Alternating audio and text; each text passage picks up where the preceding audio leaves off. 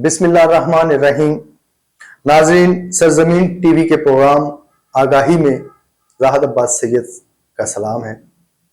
آج میرے ساتھ ممتاز تجزیہ کار، کالم نویس اور روزنامہ سرزمین کے چیف ایڈیٹر جناب صفدر علی خان صاحب موجود ہیں. ان کی حالات حاضرہ پر گہری نظر ہے اور ہم ان کی موجودگی کا فائدہ اٹھاتے ہوئے آج کے حالات پر گفتگو کریں گے. آئیے صفدر علی خان صاحب، کیسے ہیں آپ؟ جی بہت شکریہ شاہ صاحب. صفدر علی خان صاحب، پاکستان میں حالات کی تبدیلی کا کچھ اندازہ نہیں لگایا جا سکتا. بڑے کبھی ایسا ہوتا ہے کہ حکومت بہت اعلیٰ کارکردگی کا مظاہرہ کر رہی ہوتی ہے، لیکن اچانک اسے ڈی ٹریک کر کے ہٹا دیا جاتا ہے یا ہٹ جاتی ہے، اور ایسے کئی بار ہوا ہے. اس دفعہ پھر ہماری گوناگو مشکلات کے باوجود مخلوط حکومت نے نون لیگ کی قیادت میں بہت جاں نثاری سے کام کیا، بڑی محنت کی اور معیشت کو ٹریک پر لانے کے حوالے سے بڑا کام کر رہی ہے. اس کے باوجود ایک اندر کی جو خبریں آ رہی ہیں کہ حکومت کے ڈی سٹیبلائز کرنے کی کچھ تحریکیں چل پڑی ہیں. کیا آپ سمجھتے ہیں کہ ایسا ہو رہا ہے؟ جی شاہ صاحب بہت شکریہ. آپ نے ایک ہسٹوریکل بات تو بہت اہم کی ہے، اور سچ بھی یہی ہے کہ پاکستان میں حکومتیں بننا اور ٹوٹنا ایک ایسا مشکل اور ناپسندیدہ عمل رہا ہے کہ جس کی وجہ سے پاکستان میں آج سیاسی انتشار جو ہے وہ اپنے عروج پر ہے، اور ملک کی مشکلات میں مزید اضافے کا یہ باعث بن رہا ہے. آپ نے درست نشاندہی کی ہے. یہ خبر بریک آؤٹ ہوئی ہے کہ پیپلز پارٹی جو کہ بہت اہم حلیف ہے مسلم لیگ نون کی، اتحادی ہے، اور ان کی سپورٹ سے ہی مسلم لیگ نون کی جو حکومت ہے وہ قائم ہے. اس میں ایم کیو ایم بھی شامل ہے اور ایک دو اور بلوچستان کی جماعتیں شامل ہیں، لیکن ان سب سے میں اہم جماعت وہ پیپلز پارٹی ہی ہے. پیپلز پارٹی نے بجٹ کے موقع پر بھی اپنے تحفظات کا اظہار کیا، اور پریزیڈنٹ کے لاہور کے دورہ پر بھی یہ خبریں نکلی ہیں کہ وہ کچھ اس حکومت سے بددل ہیں، نالا ہیں، اور ان کو وہ سمجھتے ہیں کہ ان کے جو مفادات ہیں وہ پورے نہیں ہو رہے. بلکہ زرداری نے کہہ دیا ہے کہ حکومت ان سے چل نہیں رہی. وہی میں عرض کر رہا ہوں، اور ہم حکومت چلانا بھی جانتے ہیں، حکومت گرانا بھی جانتے ہیں. یہ بات یہ ٹھیک ہے، ایک طرح سے ان کی طرف سے وارننگ ہے، لیکن میں سمجھتا ہوں، جو میرا شعور ہے، جو میں سمجھتا ہوں بالکل وہ یہ ہے کہ حکومت اس موقع پر شاید نہ گرے اور یہ لوگ اسی تنخواہ پر کام کریں، کیونکہ پاکستان کو اس وقت معاشی اور دہشت گردی کے مسائل کا بہت شدت سے سامنا ہے. صحیح. آپ دیکھ رہے ہیں کہ آئے روز ہمارے جوان شہید ہو رہے ہیں. اور ابھی یہ دل خراش واقعہ ہوا ہے، صرف 24 سال کا ہمارا ایک کیپٹن بچہ بیٹا ہمارا شہید ہوا ہے. اسی دن 4 یا 3 اور مزید سپاہی جو ہیں فوج کے وہ شہید ہوئے ہیں. اسی طرح کراچی میں ایک ڈی ایس پی کو شہید کیا گیا ہے. بے شمار روز کے روز واقعات اس طرح کے ہمارے سامنے آ رہے ہیں جن کا حل ہونا انتہائی ضروری ہے. وہ صرف اس حکومت کے مفاد میں یہ نہیں ہے چیزیں کہ معیشت ٹھیک ہو اور لا اینڈ آرڈر کی پوزیشن ٹھیک ہو.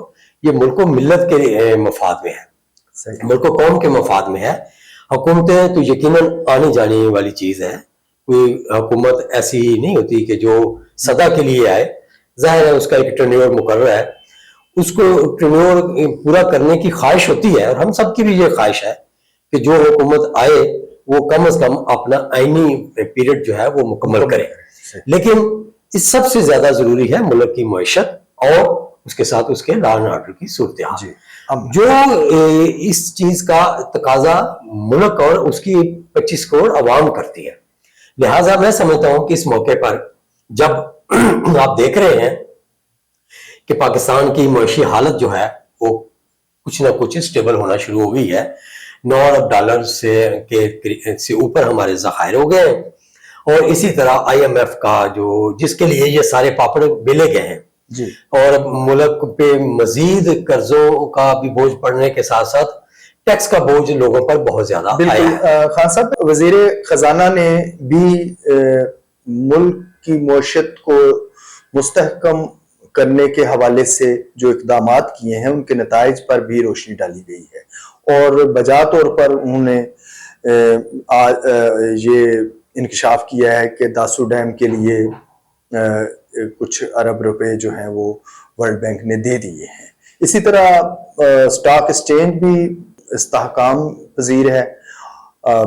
پاکستان میں کی معیشت جو ہے وہ درست ٹریک پر آ گئی ہے. اس کے باوجود کچھ عناصر کی طرف سے ملک میں افراتفری یا انتشار کی سیاست کو فروغ دینے کا عمل جاری ہے. اس حوالے سے آپ کیا سمجھتے ہیں کہ یہ کچھ لوگ ڈیلیبریٹلی ایسا کر رہے ہیں یا کسی کے اشارے پر یہ گیم ہو رہی ہے؟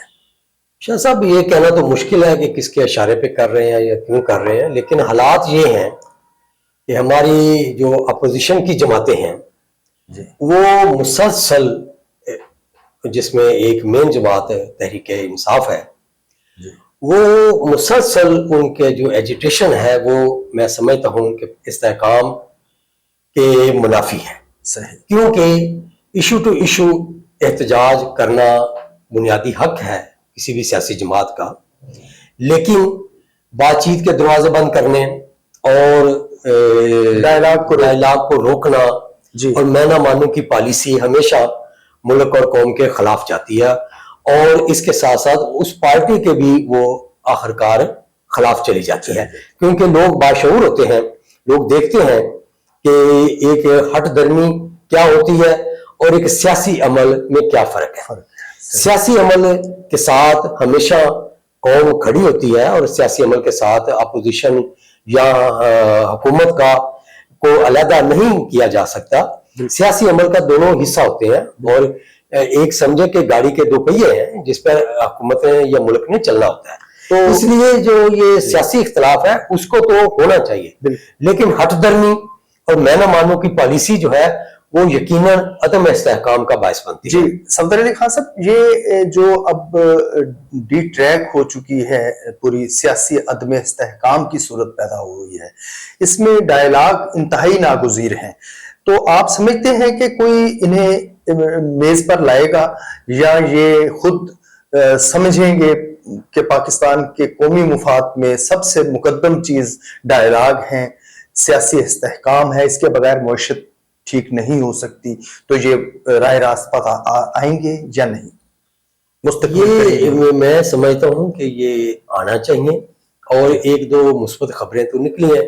جو گورنمنٹ نے اعلان کیا ہے کہ APC کا, تو اس میں تحریک انصاف نے شامل کی شکایتیں ہیں یا جو بھی شکایتیں ہونا کوئی بری بات نہیں ہے, تحفظات رکھنا ہر ایک کا حق ہے, رکھے جا سکتے ہیں, لیکن ان پر ڈٹ جانا کہ میں نہ مانوں اور میں اپنی بات منوا کے چھوڑوں, اصل میں یہاں سے مسائل پیدا ہوتے ہیں.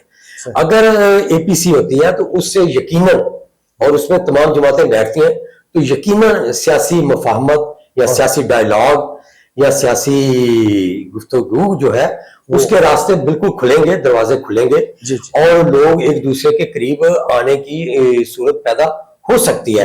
اس کے علاوہ بہت سارے ایسے لوگ ہیں دونوں جماعتوں میں, نون لیگ میں بھی, پیپلز پارٹی میں بھی, کہ جو یہ چاہتے ہیں کہ وہ اپوزیشن کو ساتھ لے کر چلیں.